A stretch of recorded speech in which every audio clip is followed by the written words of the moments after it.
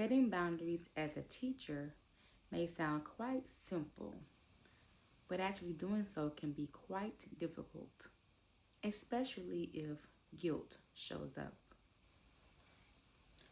Why do setting boundaries feel so hard?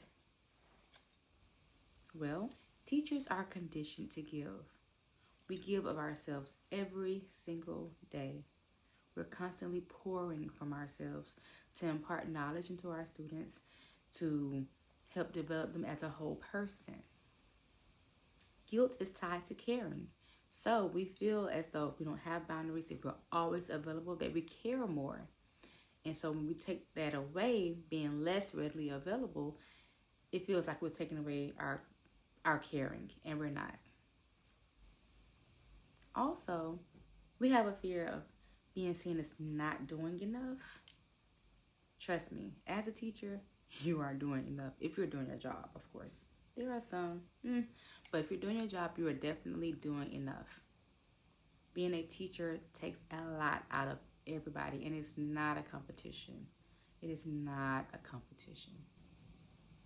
For many of us, saying no feels like letting someone down. But what are boundaries really anyway? Boundaries are not walls that we've built up to block people out. Boundaries are not avoidance. We're going to still do our jobs and do them to the fullest.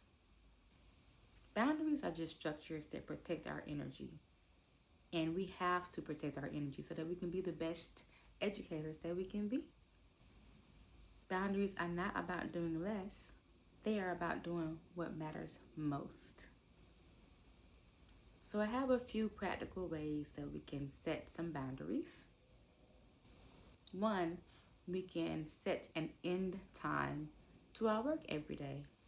Two, we can limit after hours conversations and communications with parents and work.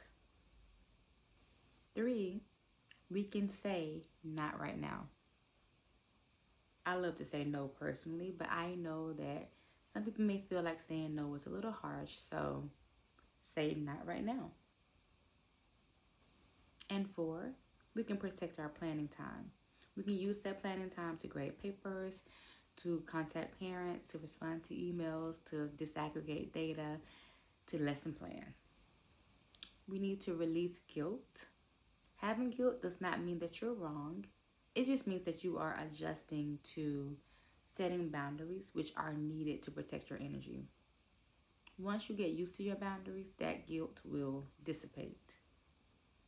As a matter of fact, once you have started putting your boundaries in place, you'll feel guilty about not having boundaries in place because you're not protecting yourself.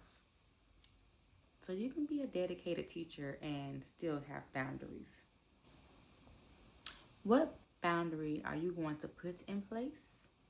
Or what boundary are you working on at the present moment? Whatever that is for you, put it in the comments. As always, please comment below. Please like the video and share it with others who can benefit. And don't forget, subscribe to our channel so that we can build a community of educators who support one another and help each other be successful in this field. Toodles. See you next time. Bye.